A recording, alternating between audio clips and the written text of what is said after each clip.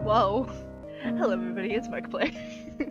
Okay, so today we are in fact playing a game called Lake of Voices. Whoa, okay. You'll need to make various decisions throughout Lake of Voices. Here are some few details to keep in mind. Certain choices are timed. Time running out isn't something to completely avoid. In some cases, not getting involved can open new possibilities. Other choices aren't timed. These options only determine whether Kika has any special affection for another character or not. My grip on my lantern tightens as the fog around us thickens, while the forests in the area are relatively safe compared to Sinnoh's. I can't help but feel my hair stand on end the further we go. Have you okay, Belmil? I'm gonna have so much trouble saying these words. Hold on, let me. Bemel. Mel breaks the silence, either sensing my unease or assuming his own. Mel scratches his chin casually, as though I asked what his favorite food is. I traveled a long way around it once before. Not so pleasant. Something about it just frays your nerves. Although, even being near it is enough. Ooh, I love his voice. I'm not the only one who feels it. A sense of relief hits me, but not enough to undo the buzzing of anxiety. Wowzers, everything's kinda loud.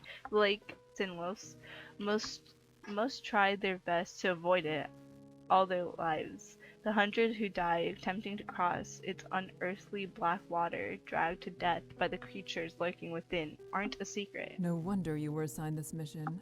There are few who've had first-hand experience of the place, even if from a distance. He'll probably keep being picked whenever they need someone to cross, for however long he's with us. Mel shrugs, bringing my attention back to the dark path before us. At least we're taking the bridge this time. It'll only take 2 days instead of double that, and the sooner this place is behind us, the better. I can also see why they chose you to come out here. He's so pretty. You're always so calm and so serious. Nothing can get to you. You're the best choice they had. A smile now tugs at my own lips. I would like to thank him, but that wouldn't be so calm and serious as he just described. And if that's how he sees me, I'd like to keep it that way. My lack of reaction only makes his smile grow, and he chuckles a bit before refocusing on the path. I do the same. It wouldn't be right to let my guard down in a place like this, but Mel appears to feel differently, however. You know the town on the other side of the lake, though. It's not so similar to ours. If all goes well, perhaps we'll have enough time to enjoy the new area. For the most part, I ignore him, nodding when applicable. Bemel is a talkative sort, and if chatting helps keep his worries down and his sword hand ready, I have no complaints. Oof, we love him. Anyway, after a time, the thick fog surrounds us begins to clear. A slick wooden dock comes into view, and with it the sounds of water gently lapping at its sides. Mel shifts beside me, stretching his lantern arm as far as it will go. He seems tense. Someone's already here. A young woman stands by the dock, eyeing us wearily. Does she intend to cross tonight? Evidently, she has the same question. As we step up next to her, it's clear she isn't simply passing by. She's waiting. The ginger nods curtly to us. Margaret. Kika the Steadfast. Family. Hello? There's a stuffy silence. Margaret turns to gaze out across the lake, expression unclear, with not much to say, but Mel and I do the same. What the heck, Darth Vader?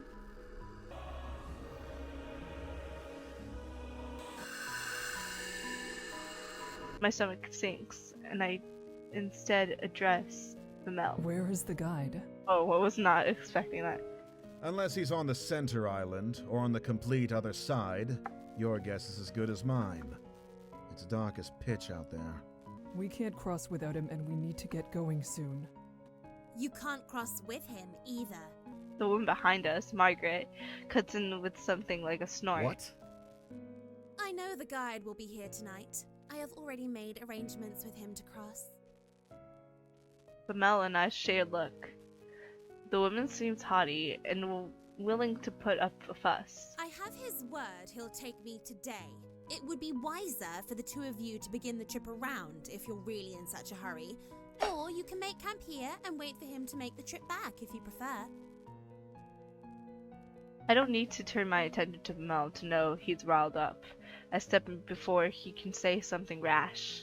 Even if that is so, my companion and I must begin the trip tonight.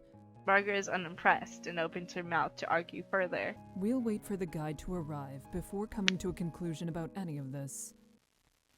She clamps her mouth shut, then lets out a sigh. You can do as you like. With the matter tentatively settled, Bamel moves away. His fingers begin to tap loudly against the top of his hilt. He shifts from one foot to another, then groans. What's that bastard even up to? I almost visibly start, but manage to restrain myself. He probably doesn't know any better. I'm sure of that. It's not worth mentioning. With a mouth like that, you shouldn't even have the right to ask the guide to take you across. Ludicrous. He's faced far worse than a bit of foul language. Do you know anything that's happened with this lake? I know enough. Margaret is clearly not convinced, but she shrugs and makes a show of turning her back to him. The guide's father is Garvin the Exemplar. Garvin never accepted the guide as his son, all the way up until he died in this lake. Your statement Dang. could be seen as tasteless. Oh. Yeah. Mel rubs the back of his neck, his face regretful. My apologies to the guide. I didn't mean it that way. I never knew about his... well, that. A smile spreads across my face. One I quickly wipe away. He really did just misspeak. Whoa. I'm sure you are forgiven, Bamel. I know you. You are brash but not intentionally cruel. I'm sure all is well. Eventually, a small light appears on the bridge ahead, gently swaying through the foggy air. It gets closer and closer until it becomes apparent it's a figure carrying a lantern. That must be the guide, although I can't shake the ghosty aura it gives off. The figure steps onto the shore, but we wait for him to approach us instead of going to meet him. None of us are sure how close to the waters we can get before it's no longer safe. Are you the guide of Sinlos? Man nods. He has a sharp face and weary eyes. Whoa, there's a mosquito. Well, that's grand. We would like an escort across the lake. Mel motions to the two of us. And Margaret approaches, a strained smile on her face. Hello, it's good to see you again. I'm ready to cross, as we've agreed upon. Is there a way we can all begin the trip tonight? Yes, I will allow all three of you to go. But with that many, at least one will die before we reach the other side. Okay, well, that's cool. What?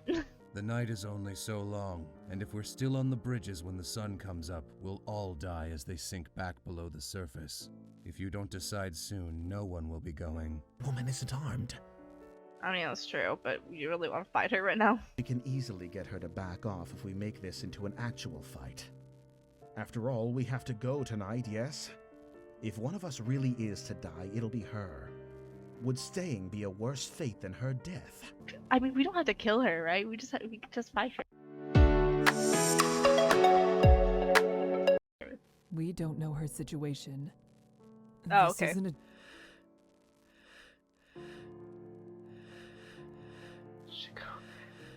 I believe we should go. believe you. We should do what we can to protect her. It's our fault she's being put in even further danger.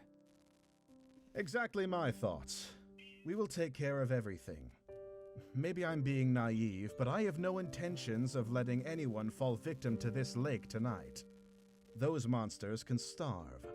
He turns to follow the others across. I will protect everyone on this trip. I will.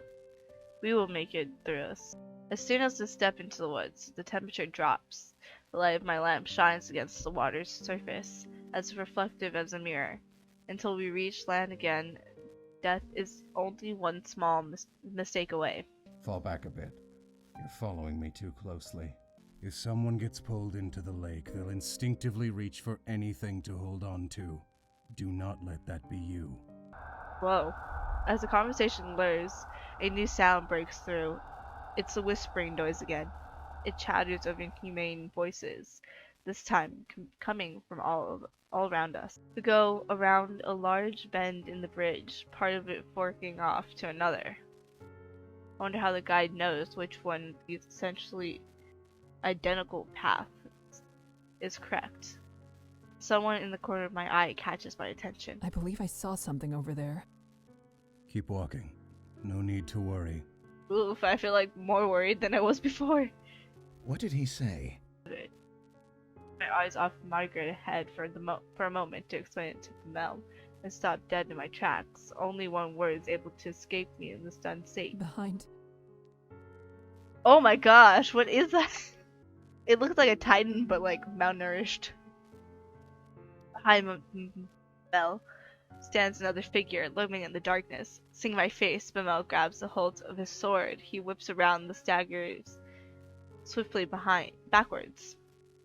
Several meters away, a crooked, twisted figure hobbles its way towards us. Some kind of liquid drips off its hands, curling around the edges of its face. It almost looks like it's crying. It's one of them. Ooh, nice. Yes, Nixie that stumble across the bridges looking for opportunities. The ones that can make it out of the water are generally referred to as prowlers. Direct light will force it to return to the lake. However, it'll try to drag the light, or you, down with it before it goes. Don't forget it's there, don't let your guard down, and don't get left behind. What? How am I supposed to keep walking with this thing at my heels? You said it wants to attack. Don't give it the chance. Here, I'll lead you like this, and you can keep your focus solely on the prowler. Make sure it doesn't get too close.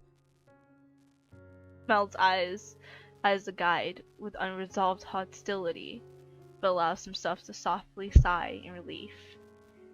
He gazes at me with fondness. At least there's someone I can count on. Kika, thank you. Mel places a gentle hand on my shoulder. Yeah, place a hand on his. I reciprocate his touch, but just as quickly a smile replaces his shock. The moment is pleasant, a small balm against a large burn. I harden my expression and Mel follows suit.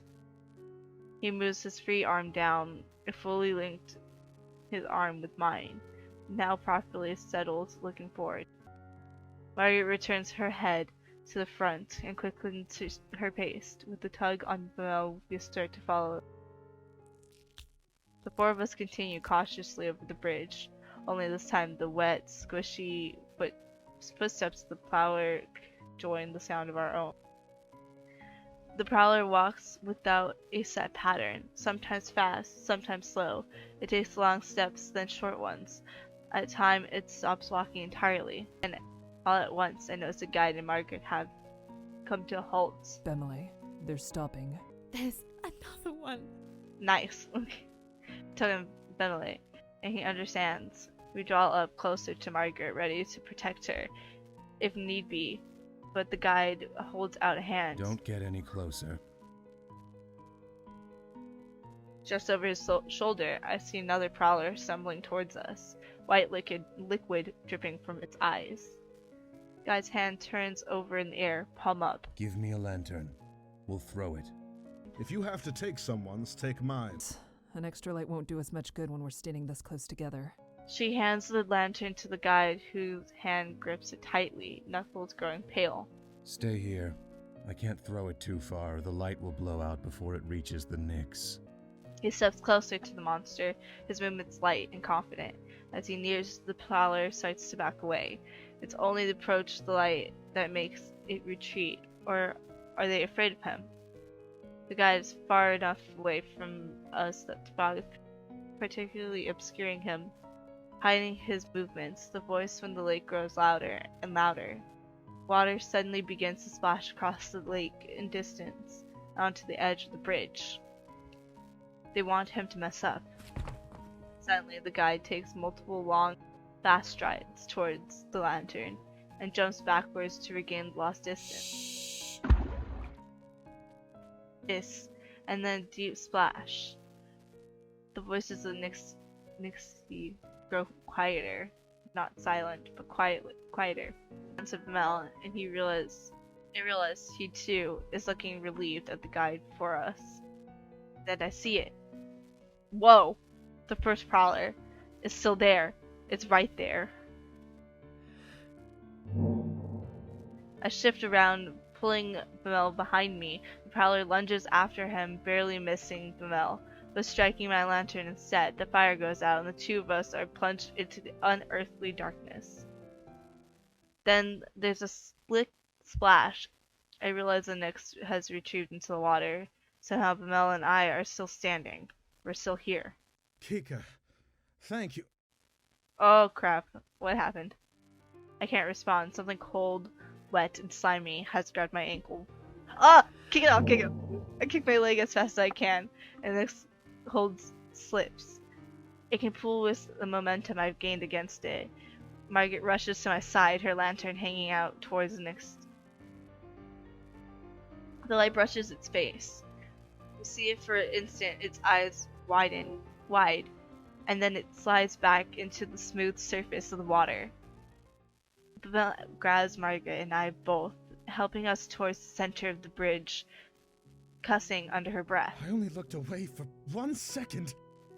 It's fine, Bamele. We're Bamele. all fine. I say that, though I don't actually want to let go of Bamele. I need to in order to relight our lantern and provide us actual safety, but I feel a strong desire not to be alone in this moment. Shake my head roughly and let go of him, relighting the lantern as fast as I'm able. Kika, thank you. Again. You saved my life. I won't let this happen again. Alright. Yes. Yes. It would be good for all of us to pay more attention. What's gonna happen next? We don't know. We don't know what's gonna happen next. Well, I know what's gonna happen next. I already filmed it. But if you want to see it, stick around for part 2. Make sure to like and subscribe. And I love you. Thank you for watching the end of the video. Bye!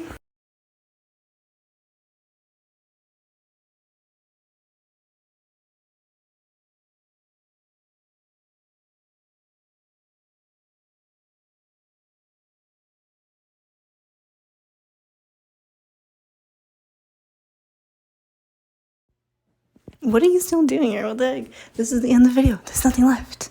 What are you waiting for? Go on. Leave. Are you still here? Go. Bye.